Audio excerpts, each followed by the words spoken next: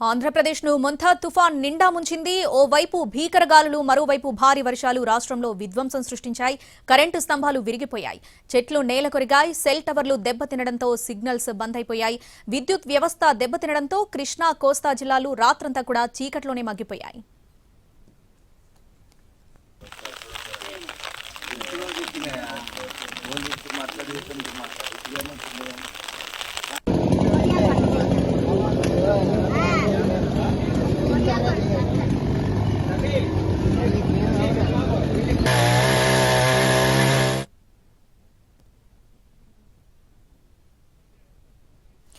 విశాఖలో మొంతా తుఫాన్ ప్రభావానికి సంబంధించి పూర్తి అప్డేట్స్ ఆర్కే బీచ్ నుండి మా ప్రతినిధి చిరంజీవి లైవ్ లో అందిస్తారు. చిరంజీవి, ఈ మొంతా తుఫాన్ ఎఫెక్ట్ ఏ ప్రాంతాలపై పడింది?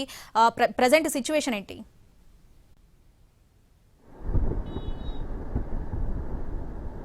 నష్టాన్ని ప్రస్తుతం మొంతా తీవ్ర తుఫాను బలహీనపడి తీవ్ర వాయుగుండంగా మారింది. ఈ క్రమంలోనే తీరం నుంచి బలమైన ఈదురుగాళ్లు కూడా ఈస్తున్నాయి. నిన్న ఏదైతే సేమ్ సిచ్యువేషన్ ఉందో ఈ రోజు కూడా అటువంటి సిచ్యువేషనే. గంటకు 60 నుంచి 70 కిలోమీటర్ల వేగంతో ఒక్కసారిగా వాతావరణంలో మార్పులు చోటు చేసుకున్నాయి. మనం చూస్తున్నాం ప్రస్తుతం ఆర్కే బీచ్ దగ్గర ఉన్నటువంటి బంగాళాఖాతం వద్ద పరిస్థితులను. దీనికి సంబంధించి ప్రస్తుతానికి అయితే ఈ విధమైనటువంటి పరిస్థితి కనిపిస్తుంది. ఒకసారి మనం చూడొచ్చు. దీనికి సంబంధించి ఈ తుఫాన్ ఎఫెక్ట్ అనేది బలహీన పడిన తర్వాత కూడా ఎఫెక్ట్ చాలా ఎక్కువ ఉంటుంది. ముఖ్యంగా పర్యాటకుల్ని, అదేవిధంగా నగరవాసుల్ని ఎవరు కూడా బీచ్ వద్దకు రానివ్వకుండా చేస్తున్న పరిస్థితి కనిపిస్తుంది. ఎలా అనిపిస్తుంది ఈ తీవ్ర తుఫాన్ అంతా కూడా, ఇప్పుడు ఈ గాలి తీవ్రత అంతా కూడా? చాలా ఎక్కువగా ఉంది. చెప్పండి, ఎలా ఎక్కువ చాలా ఎక్కువగా అంటే తుఫాన్ ఎఫెక్ట్ అంతా కూడా చాలా ఎక్కువగా ఉంటుంది. ప్రజలంతా కూడా ఇలా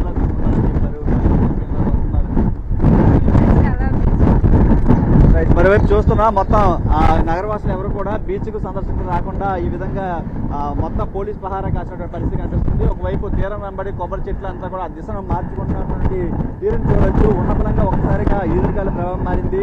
దీంతో ముఖ్యంగా ఏజెన్సీ ఏరియాల్లో భారీ వర్షపాతం ఉంటుంది. అదేవిధంగా ఇటు అనకాపల్లి జిల్లా మీద మాత్రం మొంతా తుఫాను ఎఫెక్ట్ అనేది చాలా ఎక్కువగా ఉంది. ఎందుకంటే అక్కడ కుండపోత వర్షం నిన్న రాత్రి నుంచి కురుస్తూనే ఉంది. భారీ చెట్లు కూడా నేల కొరిగినటువంటి పరిస్థితి. మరి తీరం వెంబడి ఈ తీవ్ర వాయుగుండంగా కొనసాగుతున్న నేపథ్యంలోనే ఇప్పుడు గంటకి 60 నుంచి 70 కిలోమీటర్ల గాలుల వేగం అనేది కురుస్తుంది, మొత్తం వీస్తుంది.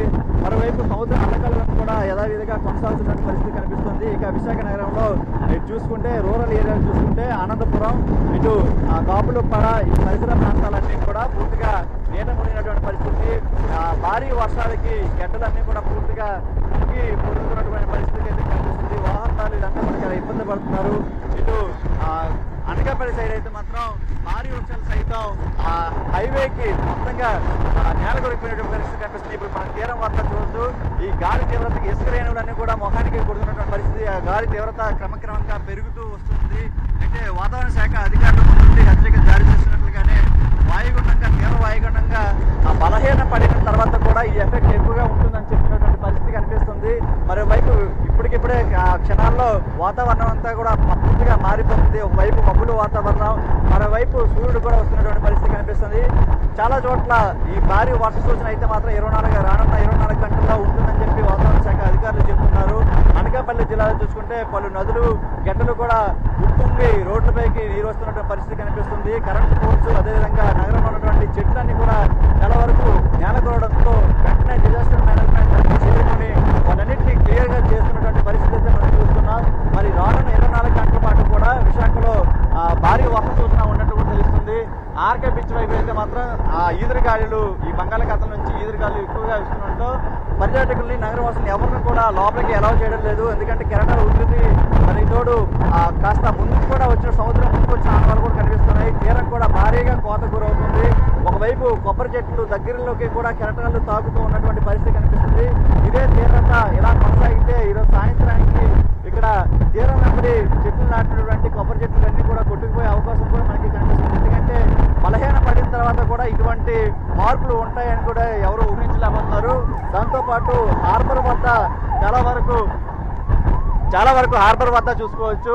మొత్తం ఆ బోట్లు అన్నింటినీ కూడా మత్స్యకారులు ఇప్పటికెప్పుడు లంగర్ వేసి వాటిని భద్రపరుచుకున్నటువంటి పరిస్థితి కనిపిస్తున్నాయి. పలు చోట్ల బోట్లు ఢీకొని స్వల్పంగా ధ్వంసం జరుగుతుంది. విశాఖ ఫిషింగ్ హార్బర్ చెందినటువంటి ఏదైతే బోట్ ఒకటి విజయనగరం వైపు కొట్టి పడిపోయిందని కూడా మత్స్యకారులు చెప్తున్నారు. అక్కడ చేస్తున్నటువంటి పరిస్థితి కనిపిస్తుంది. మరోవైపు పోలీసులు పహారా కూడా చాలా వరకు కాస్తున్నారు. ఎందుకంటే బీచ్ లోకి ఎవరు దిగకూడదని చెప్పి చాలా స్పష్టమైన ఆదేశాలు కూడా జారీ చేస్తున్నటువంటి పరిస్థితులు కనిపిస్తున్నాయి.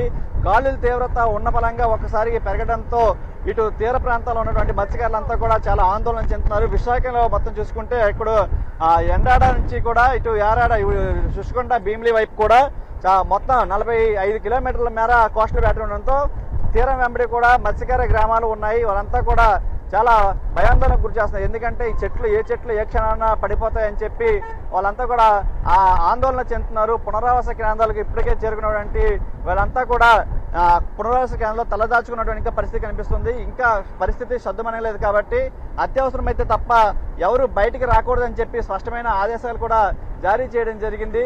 మరోవైపు భారీ ఈదురుగాలులకు నగరంలో కూడా పలు చోట్ల నగరంలో భారీ చెట్లతో పాటు కొమ్మలు అదేవిధంగా కరెంట్ పోల్స్ కూడా నేల కొరుతున్నటువంటి పరిస్థితి కనిపిస్తుంది. వెంటనే వాటిని యుద్ధ ప్రాతిపదికన క్లియర్ చేస్తూ ఎప్పటికప్పుడు మానిటరింగ్ చేస్తున్నటువంటి పరిస్థితి ప్రస్తుతం విశాఖలో కొనసాగుతుంది.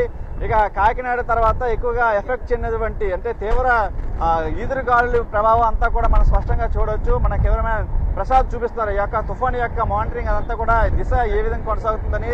నిన్నంతా కూడా ఇటు పశ్చిమ వైపు ఉన్నటువంటి దిశ అంతా కూడా ఇప్పుడు మళ్ళీ తూర్పు వైపు తిరగడంతో ఈ మన తీవ్ర వాయుగుండం బలహీన పడిన తర్వాత కూడా ఇటువంటి పరిస్థితులు ఎదుర్కొంటున్నటువంటి దృశ్యాలు మనం ప్రస్తుతం విశాఖలో చూస్తున్నాం.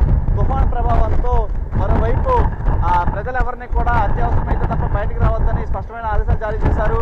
ఇక అల్లూరు జిల్లా ఏజెన్సీకి వచ్చేసరికి అక్కడ ఘాట్ రోడ్లో కూడా ఈ భారీ వర్షాలు కురుస్తున్నటువంటి పరిస్థితి. దానికి తోడు మొత్తం బండరాళ్ళన్నీ కూడా ఘాట్ రోడ్లో కింద పడుతున్నటువంటి పరిస్థితి రోడ్డు మీద. దీంతో అటువైపు తాత్కాలికంగా రాకపోకలన్నింటినీ కూడా నిలిపివేసినటువంటి పరిస్థితి నెలకొంటుంది. పరిస్థితి అన్ని కూడా చక్కదిద్దిన తర్వాత మరి వాటికి అనుమతి ఇచ్చే అవకాశం కనిపిస్తుంది. ఇప్పటికే కేకే లైన్ ఏదైతే అరకు వెళ్ళేటువంటి రోడ్లో సంబంధించి మొత్తం అంతా కూడా ఇప్పటికే అక్కడ వరద నీరు అదేవిధంగా పట్టాల మీద భారీ బండరాలు కూడా పడడంతో మొత్తం 2 రోజుల పాటు తాత్కాలికంగా అరకు రైలుని కూడా నిలిపివేయడం జరిగింది. ఇక విశాఖ కేంద్రంగా వెళ్ళేటువంటి రైళ్లు కూడా చాలా వరకు రద్దు చేశారు. ఎందుకంటే గాలుల తీవ్రత ఎక్కువ ఉంది. అకాల వర్షాలు ఇవన్నీ కూడా సడన్ గా ఫ్లాష్ ఫ్లడ్స్ అన్ని కూడా వస్తుండడంతో ఇవన్నింటినీ దృష్టిలో పెట్టుకొని ప్రస్తుతం అధికార యంత్రాంగం వీటి మీద ఇంకా తుఫాను ప్రభావితంగానే పరిగణిస్తున్న పరిస్థితి కనిపిస్తుంది.